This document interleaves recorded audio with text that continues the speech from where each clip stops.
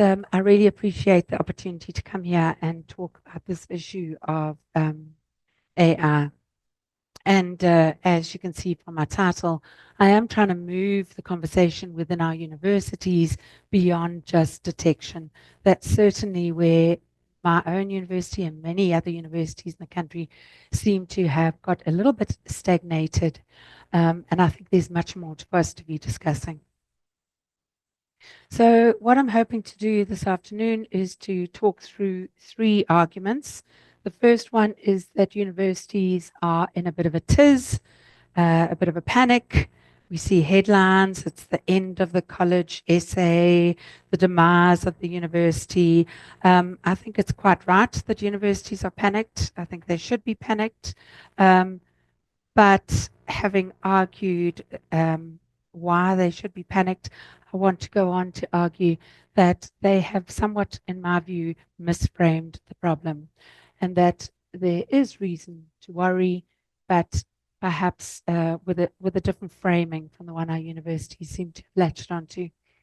And then finally, I want to make the argument that because universities, according to our own white papers in South Africa, according to our legislation, our universities are meant to be a common good. They're meant to nurture critical citizens that contribute to the public good. So if that is indeed a fundamental part of the role of the university, then presumably that has implications for our relationship to AI. So to begin with, universities are worried, and I think there's good reason why they should be worried. I should point out that I love technology. I use technology a lot. So of course, when AI came along, I was very happy to experiment, whether it's how to write an email that doesn't irritate my colleagues and improves my tone, or whether it's analyzing big data sets. I was very happy to leap in. But I'm not a computer scientist. So everything I speak about is from the point of view of someone who researches universities and the role of universities in society. I think that the scale of artificial intelligence's impact on higher education is already and will become even more so absolutely fundamental. It is going to challenge our core assumptions about knowledge work and intellectual labor.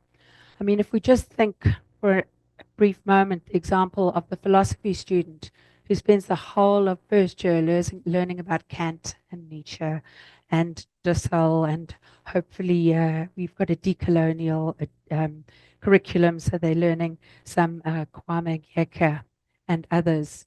So they spend a year or two learning the basics of those texts, and then they have to learn how to apply logic and bring those different perspectives together.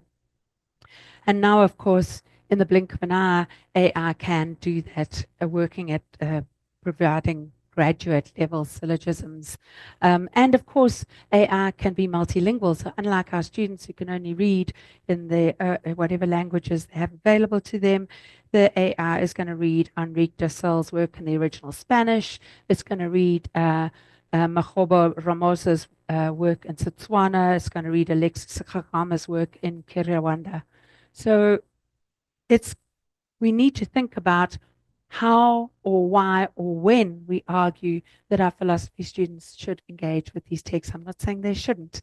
I'm just saying that we need to be very upfront about the fact that the computer can do it already at a graduate level of sophistication and becoming more sophisticated by the minute. Let's take a different field. If we look at something like medical science, and students are trained for years on how to read imaging for diagnostic purposes. And already we know that AI can not only read it at a much more sophisticated level than the human eye, but it can read it in the thousands that a human would still be busy with the first one. And of course, AI can now draw upon thousands of different symptoms and combinations of symptoms, including those really bizarre illnesses and diseases that most doctors will never see in their lifetime. And AI will be able to integrate the genomic, the environmental, and the entire literature of medicine in order to make a diagnosis. So again, should we be training doctors to be able to read imaging? I don't have answers for any of these questions. I'm just suggesting that these are quite fundamental issues that are going to impact on the role of higher education. And increasingly, AI is proving to be the driver of scientific revolution. So science breakthroughs are often not happening in a university. They are happening in they're happening in the AI. So it comes to the point about who owns the AI, which we'll get to in a moment. So we've got, just in the last few weeks, we've got AlphaFold, which has really revolutionized protein structure prediction. We've got NASA's use of AI to read data in a far more sophisticated way than the human can do. And so we are finding the identification of exoplanets and gravitational waves, no idea what those are, that AI is managing to do much better than the human eye. And even it feels like management and business economics, we've got AI like Betterment that is really starting to help make sense of money, of economics at a larger level, and so on. So clearly, it is both a disruptor and an accelerator, which brings us to this important question of relevance. What is the role of the university in that particular reality? And as I say, I'm not trying to convince people that it is irrelevant. However, I think that one of our biggest problems is that our universities have faced AI with a deep desire to maintain the status quo. And increasingly, our universities are places of credentialing for industry. They are places for providing the commodity of a qualification for the student who can use that piece of paper to get a better life, to have social mobility, to gain status.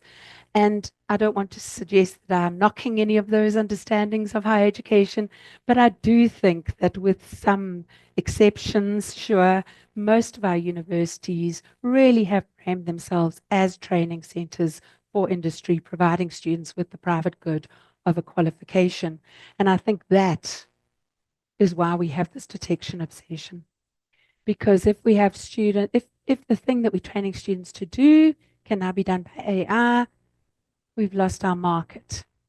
If we have students cheating because they've used AI, they haven't done it themselves, that's the equivalent of Nike being worried about knockoff brands. Because students are going to get their qualifications and they're the knockoff one. It's no longer going to have the same value out there in industry because people are going to realize very quickly that the student doesn't actually have the personal knowledge. So out of that very limited understanding of what a university is for, the reaction of our universities has largely been, we have to catch our students. And so we are using AI detectors, which are about as effective as Turnitin has been in reducing plagiarism, which is to say, not at all. AI detectors, I don't want to talk about the detectors for too long. AI detectors don't work. They don't work for all manner of reasons. I think a lot of people think that they read metadata. They don't. They just look for the kind of patterns of text that the AI is known to produce, which we know novice writers generally produce. That's why when you read the free version of ChatGPT or Claude, it's usually fairly banal, lots of hence, therefore, M dashes, lists, subheadings. I'm sure many of you have already begun to recognize that stuff. So we have to try and catch them cheating.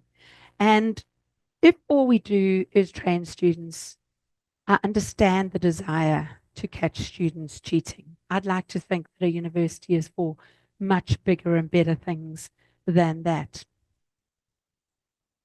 And it's not just because we've commodified teaching and learning that your customer pay for your fees, we give you certain tasks, we give you a certificate, is that we've commodified almost every aspect of the university. So, of course, research is also commodified.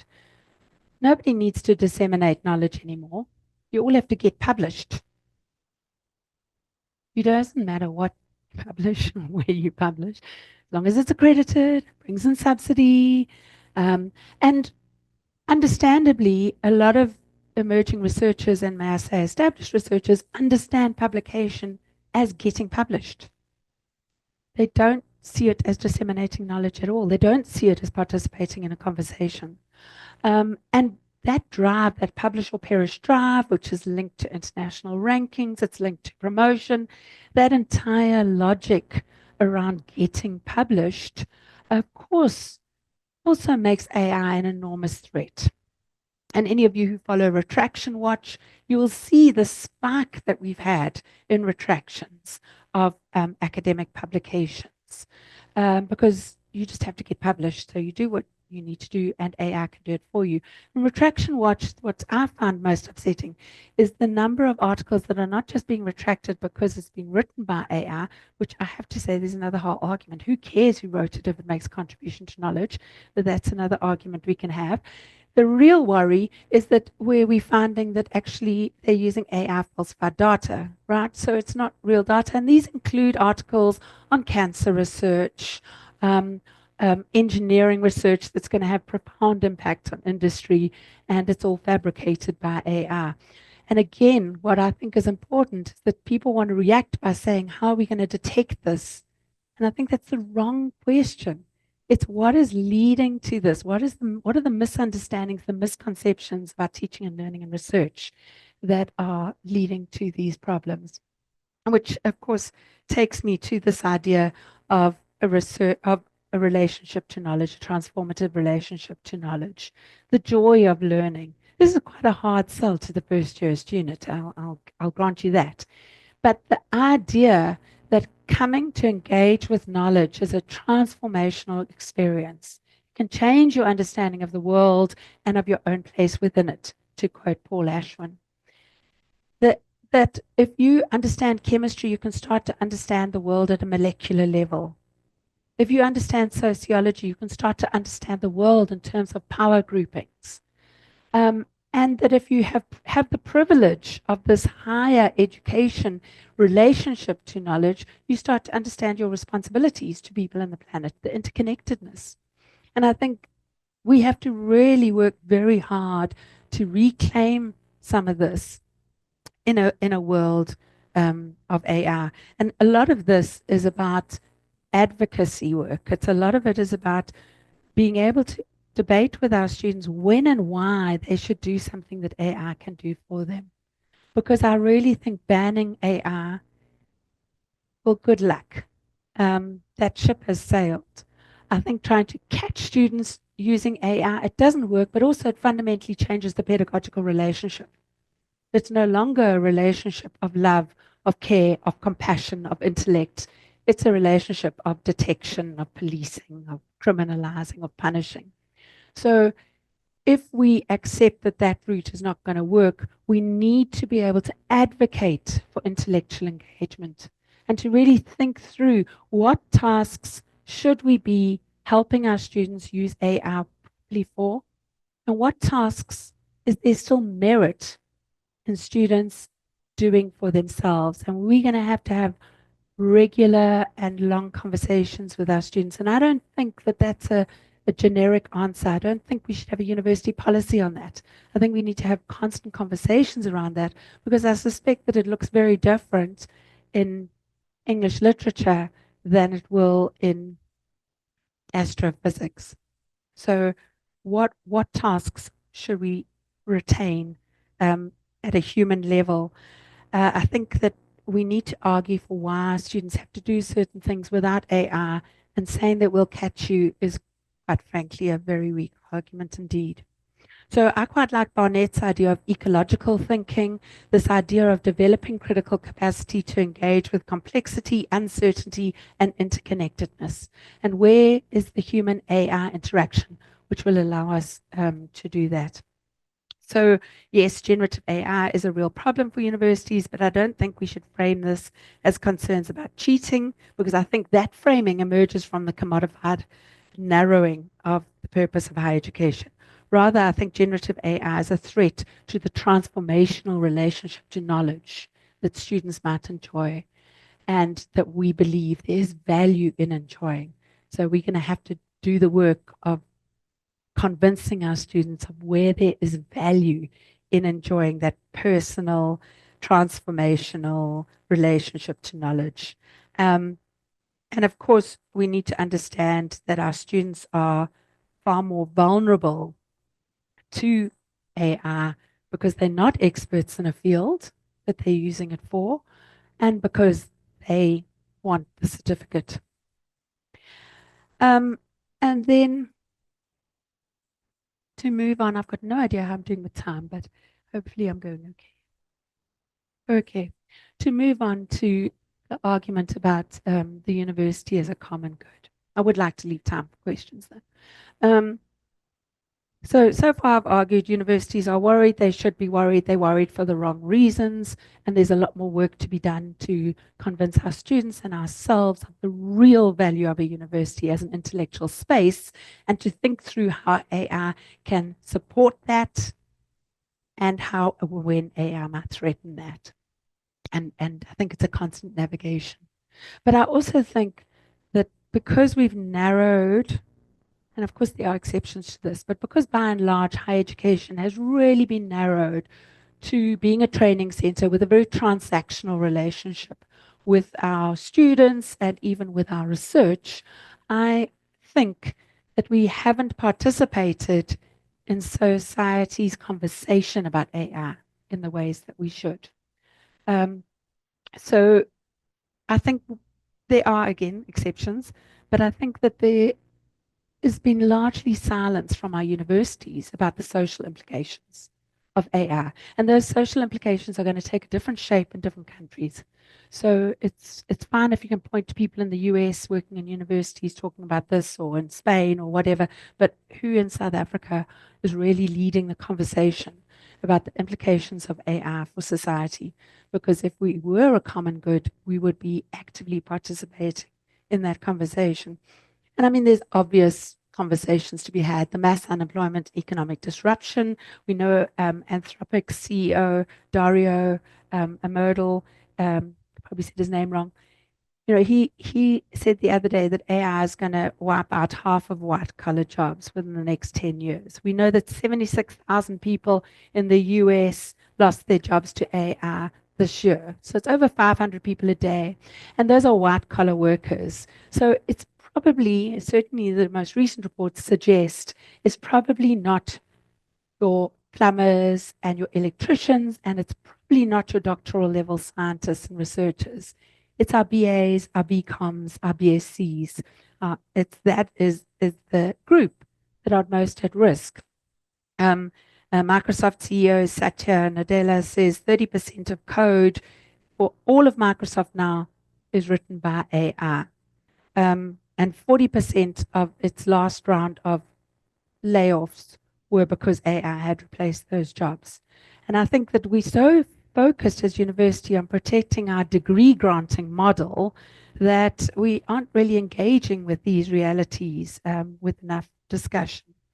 And of course, the issue of social justice, you know, if we lived in a society where less employment or unemployment gave you more time to walk next to a river, to sing a song, to build relationships, to write poetry, it wouldn't be a problem. I don't think we must necessarily latch onto this idea that that the job is necessarily the problem. The bigger problem is that certainly in South Africa, you don't work, you don't eat, you don't have a home. So, you know, are we engaging in these issues? But there's more social justice issues. You are very familiar from news articles about the algorithmic bias. Are our students aware of that? And are we leading the conversation around algorithmic bias? The extent to which there is racism, sexism, xenophobia built into the large language models in particular, given the databases on which they're trained. And the idea that we have anti-hate bias, anti-hate training, is really the goodwill of the oligarchs. We saw what happened when Elon decided Grok should be less woke. He boasts it was 2 lines of code, and it became incredibly anti-Semitic and started ranting statements about Erdogan in Turkey, although quite frankly, that's probably well placed, but making all sorts of other comments and using foul language. And so the fact that our generative AI to date, our large language models, um, have been trained not to teach people how to write, how to make a bomb, or how to get rid of a body. That is purely goodwill. Um, there are so few guardrails in place. Are our universities participating in that conversation around what would guardrails look like? How would they be able to be implemented across different countries? Um, because we are very quickly creating a reality that has quite significant social injustices thanks to AI use. So, if universities are as committed to equity and social justice as many of our websites would lead you to believe, we should be leading the conversations around this. And I don't think we are. Environmental costs, again, I think you mostly all know about this. The top 20 AI systems currently consume as much energy as Iceland or North Korea, and very quickly approaching South Africa's electricity usage. That's only 20 AI programs, will be the equivalent of South Africa's electricity usage. Goldman Sachs estimates that data centers will make up 8% of US power by 2030, compared to 3% last year. The International Energy Agency, a report that just came out 2 weeks ago, suggests that AI and cryptocurrency will push data center energy consumption from its current 460 terawatt hours to 1,000 terawatt hours by 2026. That's the equivalent of 2 times Germany's electricity consumption. And then, of course, related to that is the water consumption. Google's water consumption has had an enormous increase since it started. It built AI into its Google search. It's now in 2024, it was 6 billion gallons of water, and we're seeing a huge spike with the built-in AI usage. Democratic governance. We've got a lot of power to shape thinking in the hands of a very few. Not the nicest of South African exports hold a lot of power alongside a few other bros. And I really think that we need to be thinking about this, especially in the absence of legislation and guardrails. So, who's advocating for accountability to the public? I don't hear universities speaking about this. Who's advocating for having anti-hate training built into the systems?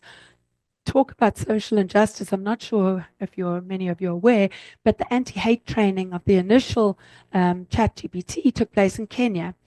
And people were paid $1 a day to sit and watch pornography and violent movies and to do all the training. There have been significant mental health issues out of that.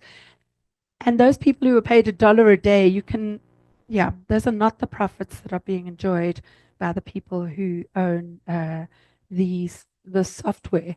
So who's doing the training? Who's earning the profits? I just think that they're conversations. I'm not saying I've got any answers. I'm just suggesting that they're conversations that we're not having that I really think we should be having. If we jump back to January this year at Trump's inauguration, who was sitting behind him? Unprecedented. Maybe you should say unprecedented. Unprecedented. Elon Musk, Jeff Bezos, Mark Zuckerberg. I don't think these are real threats that I feel like we should be talking about. The AI boom has minted 29 new billionaires. When Andrew Sayre says we can't afford the rich, these are not multi-millionaires, these are billionaires, 29 new ones. And the political power is not only through their wealth, it's through their ability to shape thinking, their control of information infrastructures. So I don't think you need more money when you're a billionaire. So it's all about political control.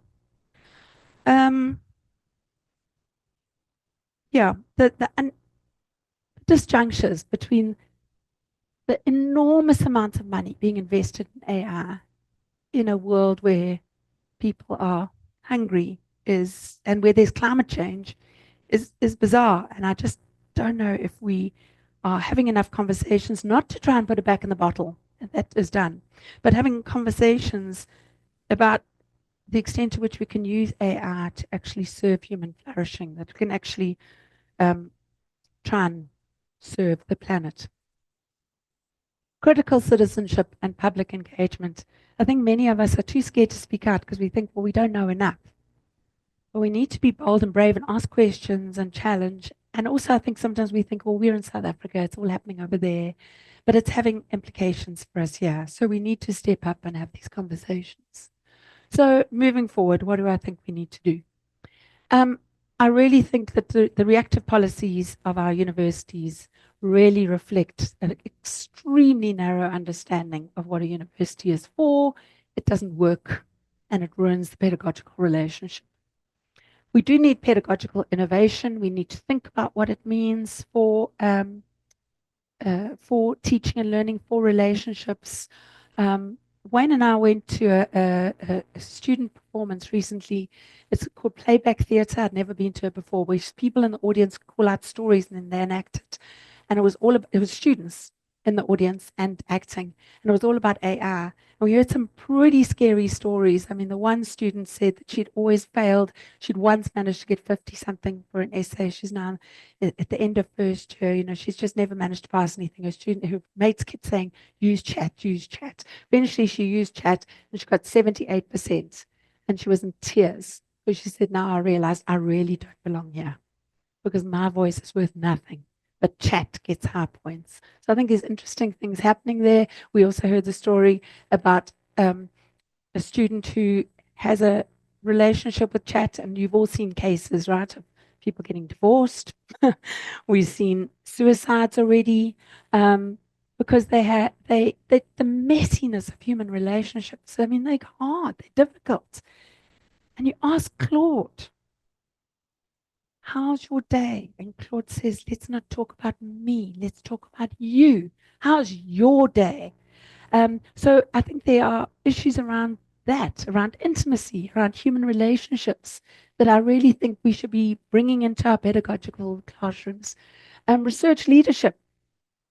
The research leadership is not sitting in our universities, and it should be. We should be making sure that we talk when there are AI breakthroughs in these private companies. Where is our research voice? And public engagement, let's speak up.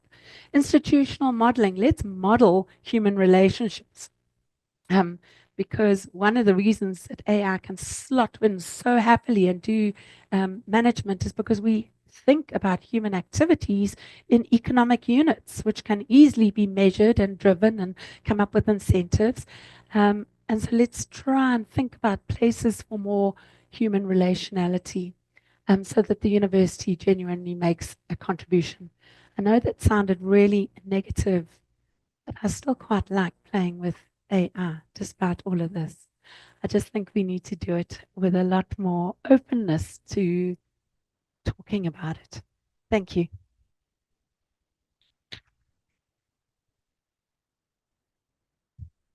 Yeah, thank you very much for starting a very interesting conversation. I already saw in the chat there is a furious page of comments.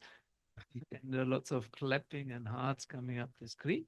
Do we have questions for our speaker? Maybe we can start in the audience here and then ask some of the participants online to ask for any comments and opinions. Christian, please. Sorry, the microphone is open. We come back to you then just now.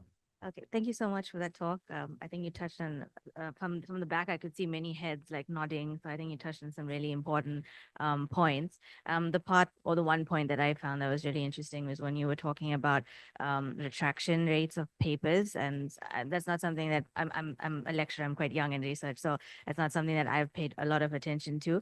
But do you think that that's also, like you said, a contributing factor would be because they find that the paper was written by AI, and then you said you're not particularly think that that's such a bad idea, but could it also be that maybe the AI that they used didn't give like the proper results, like maybe the results were not, reliable or something. Would that be a reason? Yeah, absolutely. So Retraction Watch reports on all retractions, and it's usually plagiarism, falsified data, and of course, increasingly it's hallucinations. But because we have such a sort of factory model of publications, you even get publications that say, that have embedded in it, or say something like, that is all the data I have. Thank you for your query, or would you like to add a new prompt? And this is being published, so no human eyes. Very interesting case that made it actually to the South African newspapers as well recently was increasingly people are using AI to review articles as well. So you can quickly do a review because you can just load it into whatever, a large language model and say, please write a review. So what they found now is that people are in their metadata, the author of an article in their metadata are saying, write a positive review, focus on these 3 points. So it's one AI talking to another AI. And so you get a nice review because the author's AI has told the reviewer's AI to say nice things. What are we doing to ourselves? Really what it's revealing is the stupid game of academic publishing industry. Yeah, I think I've experienced that in putting a paper, which I wasn't going to write a favorable review on, just wanted to know what the AI opinion was, because I guess the calculations were correct, but it was founded on maybe not correct way of thinking. So, but the AI passed it. So yeah, that happens. One thing that's very clear on our large language models at the moment, but they're changing all the time, is there's 2 characteristics that are so embedded in the training. Positive, confident. And again, there's some nice literature looking at how in the natural sciences in particular, an absolute characteristic of sciences is that we are not confident. We say, based on this data, in this context, I can make these provisional statements. And that is not the training of the tone. Of course, you can also train AI to use your own tone. It's not difficult. But if you just use the generic, the training is to be confident, to be certain. And so there's been some quite nice linguistic analyses of AI generated text and human generated text in terms of scientific text, in terms of confidence levels, but also always positive. Yeah. Question here, Christian. Thank you very much. I'm concerned also how universities' responses are really not very punctual to these things. We take several years to write policy documents and then to change 3 words in the module title. It's lots of forms and things that go to 25 committees. We don't have that time now. And I think, we're so stuck in our way of thinking, but also in a system that is actually slowing things down, that it's not responsive enough to very rapid changes. Do you have any advice for us? No, not at all, other than to say, I totally know what you're talking about. I think we all experience it. There is a benefit to that, though. You can get away with doing quite a lot in the short term before the system catches up with you. But this idea that we have to have policies for every decision, it's archaic. It's not going to work anymore. And I do think that if we not go back, there was never a golden age of higher education.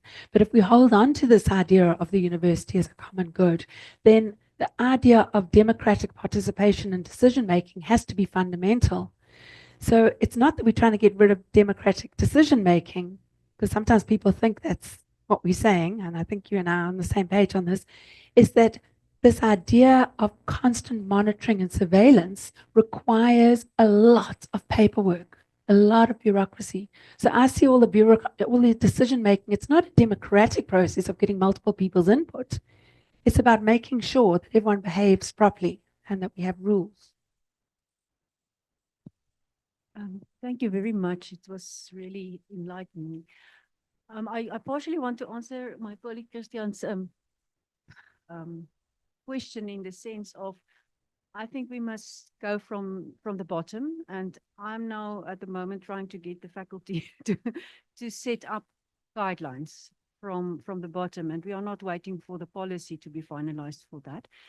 I want to ask you, and because in that, we are all sort of, I have to know, also Professor, one is new to this. What is the role, do you think, of talking to students about how scientific knowledge is generated, should be generated maybe rather than is, and also about the idea of what is the difference in your understanding as a person of things and in these models, working with information, the idea that a person has, I would say, a mental model of concepts, which is not necessarily language based. Just your ideas on that. So on the one side, the idea of how is knowledge generated, and the other side of what is the difference between human understanding and language models. Yeah, I was at a talk recently where one of the speakers was saying, just think of AI as your friend. I think of it as a person. And I was thinking I really don't think that's good advice because I think, but having said that, I do think that the architecture has become so sophisticated. It really is. I mean, so rapidly, the improvement in the ability of large language models to reply with nuance. So I think that the ability to distinguish is becoming quite complicated. I've probably lost track of your question there, going off my own tangent. But one of the things that I want our students to think about is exactly that: is what is human and what is AI. And I don't think we're all going to agree on where the line is.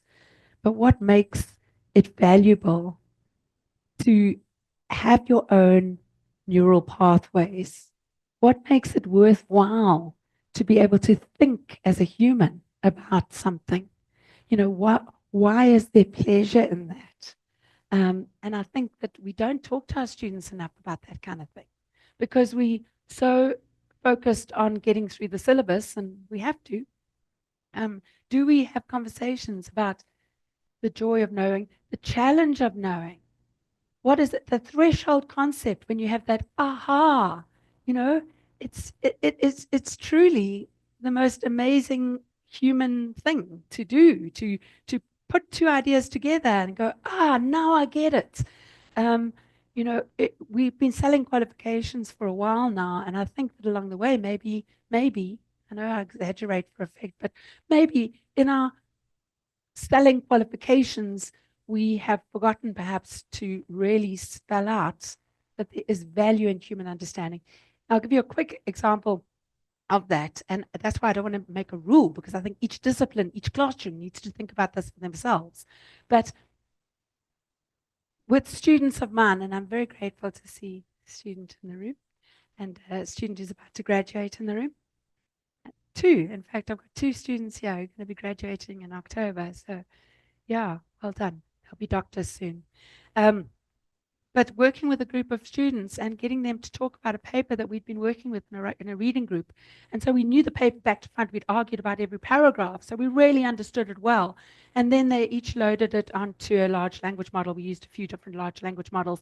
And the initial reaction was the students was, why did we sit down talking for this time when it's so easy? The computer explains it perfectly. And my heart went like, oh, okay. But then they after a while started going, but it didn't actually include that part about the methods, which is the part that relates to my study. So they left that out when they gave a nice, simple explanation. Okay, yeah. And then we did that with another paper they hadn't read, and we again uploaded it on different, and they were like, wow, this has really saved us time because we understand this article. And then a few weeks later, at the next progress session, I asked them about the 2 articles, and they could talk at length and argue and debate about the first article, and they couldn't remember a damn thing about the second article. Now, that's not about memorization. That's about knowledge becoming part of your brain. And I do think there's something important there. There's something important about when we engage with learning, it becomes physically a part of us. And it's not just an instrumentalist use of knowledge, it's actually a part of my body now. I'm probably ruining all sorts of disciplines that have much better explanations for this, but I think you'll know what I mean. When you have knowledge in your fingers, know it. There's a question at the back, and then we come back to you. And then we've also got Please. questions. Yes, Mustn't yes, forget yes, our we poor will. online people. Yeah. I see you chatting away. Thank you. Thank you very much. Yeah, I think AI has kind of shone a spotlight on at least two aspects of academia that's completely broken. One being the publication racket, which we all know is, and so pre-AI, we all knew it's completely broken. And also this idea that universities seem to see students as clients. So this transactional nature.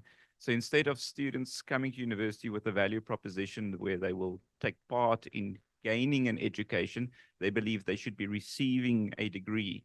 And I think the only way, in my opinion, the only way where this can change is if the funding model changes. But that's not something we really have any input in. I don't know what your opinion is. Yeah, I think that's exactly right. That AI, the problems with AI's response, the problem with higher education's response to AI is actually just more of a spotlight on the problems within higher education. I'm not sure that it's just the funding model though, because in other countries, I do think our funding model is hugely problematic. I can talk about that till the cows come home, especially this bizarre thing that South Africa has where we pay universities for publications, which is, yeah. But in other countries that have other funding models, they are experiencing similar problems. So I think it is, maybe that's part of the picture. There was a question here, and then we move to the online guys. Okay. One there, yeah.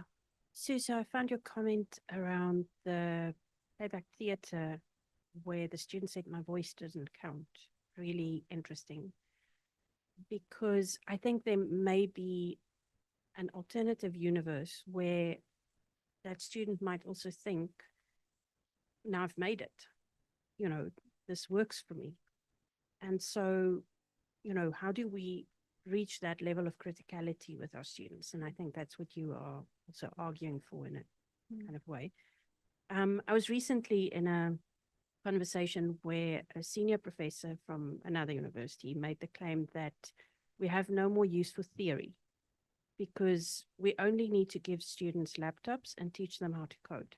There's an irony in your comment that jobs were lost because they no longer needed the coders. So I'd like your comment on that kind of, those kinds of conversations. Yeah, unfortunately, that student who was so upset to realize that, well, the computer can do it and I really shouldn't be here, probably would stay there and now use ChatGPT and just have low self-esteem, but get the qualification.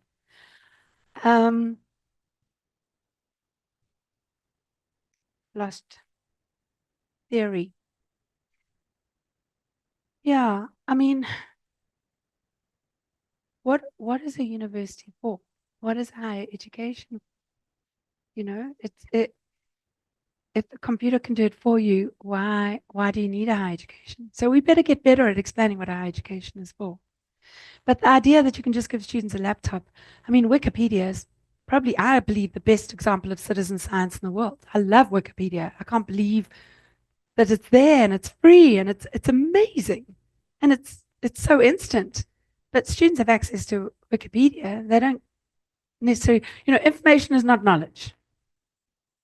So having access to information is not the same thing as having knowledge. So now it's AI. It was Wikipedia. Having access to Wikipedia doesn't make me actually be able to make sense of the incredible treasure trove of knowledge that is in Wikipedia. Is there a question at the back, please? Hi there. Jenny Case, Virginia Tech and UCT. Thanks, Sue. Fabulous talk. So many things I want to explore further with you. But maybe one question, I really agree with your argument that university academics need to be grappling much more publicly with all of this. And I think the ways we talk about these technologies, we should not let the tech bros lead that conversation. I'm going to be provocative because you're a good friend, and also say I think we should stop quoting the tech CEOs because there were critiques of that one claim about the jobs. But of course, those guys have the microphone. But actually, more useful question. I'll get less cheeky. The notion that an AI reads something, I wonder if you think, should we be not reserving that verb read for something that humans do? Because like when we were using Statistica, we never said Statistica read my data. We said I put it into Statistica and then I got analysis out. Likewise, with so much technology we've been using. And would there be a space to say, no, sorry, you just said the wrong thing there. That thing never read it. Because I don't believe, and I love your explanation of what you did with your PhDs on those two. What a beautiful, because something really happened when they read and debated that first article. And I guess I'm liking this article that I think you've also read by Gleek, James Gleek's article, where he says, we are very gullible as humans. And so that's the other problem, the kind of discourse that these models use, we are so suckered by. So I think there are spaces for us to start trying to push for language that is our own way of talking about things and have specific language about things that are human activities. Anyway, I just asked for your thought on that. I'm sure you've thought about it already. No, I mean, I don't think there's a definitive thought on any of these things. It's ongoing conversation. Spot on about the critique of quoting the CEOs to bash the CEOs. We need to start grabbing this conversation and owning it ourselves. I don't know if I totally agree with you about reading. I even wonder about the word understanding, but I've been so challenged by colleagues who work in the field of AI coding who say, but it is understanding. Show me a definition of understanding that this computer is not doing, that this AI program is not doing. And I really have argued with them because there's something, and I'm not able to put my finger on, I'm not able to explain it, but there's something very different when a human reads a text to a piece of a program that is more sophisticated perhaps than that human brain is. Very soon, more sophisticated, I still don't think it's the same thing. There was a great talk online by Tim Minchin. He's an Australian comic, really funny guy. And he gave a talk at a university recently, and it was all in rhyming couplets, and I was blinking funny. I was laughing the whole way through. But in the end, he said, if I told you now that AI had written that, I would take away some of your pleasure. I thought that was quite profound. I haven't quite thought through what that means. But I thought it was quite a profound thought. Something about human intention, human engagement. I haven't got the words to articulate that. In terms of expertise, I did mention it briefly, but I really want to reiterate it. Punya Mishra is a guy who writes about expertise and AI, and our students are so vulnerable. They are so vulnerable, partly because of the confidence which with its trained, our large language models are trained to write. Partly because they don't have the expertise. A Microsoft Office, there I go again, a Microsoft Office report that came out recently said that experts get less time benefit from AI than non-experts. Now, no, mark my word, experts get an enormous time benefit from using AI. You mentioned that already. You know, it does save us an enormous amount of time. But because as experts, we already know what we want the machine to do. So our prompt is already more detailed. And then we critique it and edit and add and say, no, I will draw on this reading. So experts still can have huge time benefit, but less time benefit than people who don't know the field. Low domain knowledge, he talks about. If you've got low domain knowledge and you use AI, you are so vulnerable to two things: the hallucinations, gaps, blind spots, all of the problems with AI, but also to not having any kind of neural engagement, cognitive engagement with the text. So this is why our students are at risk. We need to talk to them about these things. Online? From the online audience. Omid, please. First question from Robin Dyers. Do you have any advice or resources on meaningful assessment in teaching and learning environments where AI use in acknowledged and even encouraged? Yeah, I think this is where we need to have these conversations in our department. AI is there. How can our students use AI? Would it be good for them to use AI? How will it be good for them to use AI? When is there something that AI can't do that they need to do themselves? And the most challenging of all, when are there things that AI can do that we still want them to do? That is the real challenge. And it may well be that this means that we need to have more, not just more spaces of advocacy, which is what I've been kept saying, but also we probably will find ourselves doing more oral assessments, more conversation to make sure, have you really made sense of this for yourself? Because we framed the interaction with our students as being so transactional, we frame that as cheating, we frame that as catching them. We need to rethink that to say, let's do this orally because we want to make sure that you have that power, that you actually have this personal relationship with this knowledge. It's quite a hard sell, but I think we need to do it. So we're probably going to see more oral assessments. I wouldn't see that in place of, I'd see that alongside. I would see spaces to encourage students to use AI in certain ways and very critical ways to get them to start to see what it can and can't do, where its blind spots are, because that will prepare them for the world that is already out there. But most importantly, let's not try to make AI-proof assessment. Keep hearing people saying they're going to make AI-proof assessment. No such thing. I'm going to ask my students to write the story of their life, so it'll be AI-proof. Well, 3 bullets that I plonk into the prompt, and there's the story of my life, much better than I can write it. So I think, yeah, that's my long answer. Second question from Peter.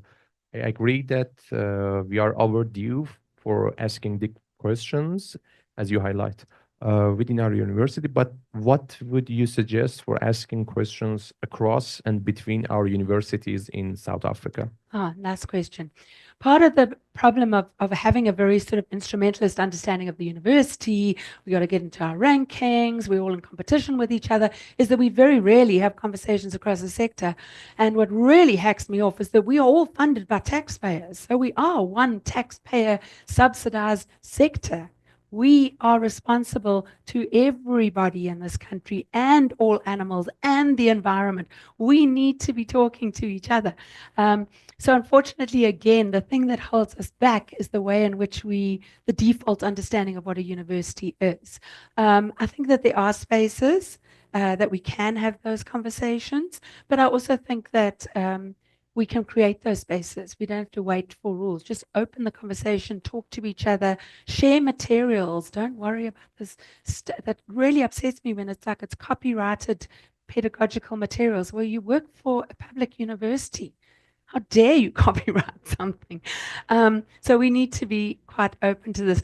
And as you were saying earlier, Francisco, we need to get, this is going to be a bit daring. We need to be very critical of our disciplinary divides. I think we need to look very carefully at the way in which we often don't even talk to people within a university, because we sit only in our disciplines. We only publish to each other. We only talk to each other. Okay, third question by Liana. How often does the retraction of articles lead to retraction of the source article / original research? I mean, the thing is that it's amazing what people can get away with, because there are very few. They do write long form stories as well on Retraction Watch every now and again, not just report the numbers. And they'll follow, well, what happened to that professor who had 47 articles that had fraudulent data? Well, they generally don't go to jail. They just change universities. Last question. The opportunity that the challenge that AI provides to assessment in higher education offers us an opportunity to rethink the way that we conceptualize assessment in higher education. Please, could you speak more about this? Was that by someone called Neil? In Greek, Okay. Anderson. Okay, great. Thank you. No, I've got a colleague called Neil who that is his constant question to everyone he speaks to. I don't know the answer, because I don't think We need a policy that tells the university how to do assessment in the age of AI. We need regular small-scale conversations that take into account the nature of the knowledge, that take into account the relationship with industry, that take into account the world out there. I do think that's going to look it's going to look different in different fields. I think we need to I'm not saying we shouldn't be talking to each other, just to go back to my previous point. Lots of sharing, discussion, but I would be loath to see universities, and we are seeing this in South Africa. Well, this is what assessment's going to look like in the age of AI. All closed book, exam focused, just like we used to have to show we didn't have our calculator. When I wrote matric, you had to show you didn't have a calculator on you. That's how old I am. We're going to have, and I just think that they're on a hiding to nowhere with that. Any last minute question? No? Then, Sue, thank you so much for the very engaging Thank you for the talk. invitation. And I think we need many more of these because there are lots of questions, lots of comments, and we all would like to know where the story ends, but nobody does. So would I. But the one thing we know is that AI is developing so fast and universities are developing so slow. So there is an ingrained problem there, yeah, that we need to address in one way or another. Yeah. So thank you very much for the nice talk. Thank you to the people here. Thank you to the online participants. Thank you very much.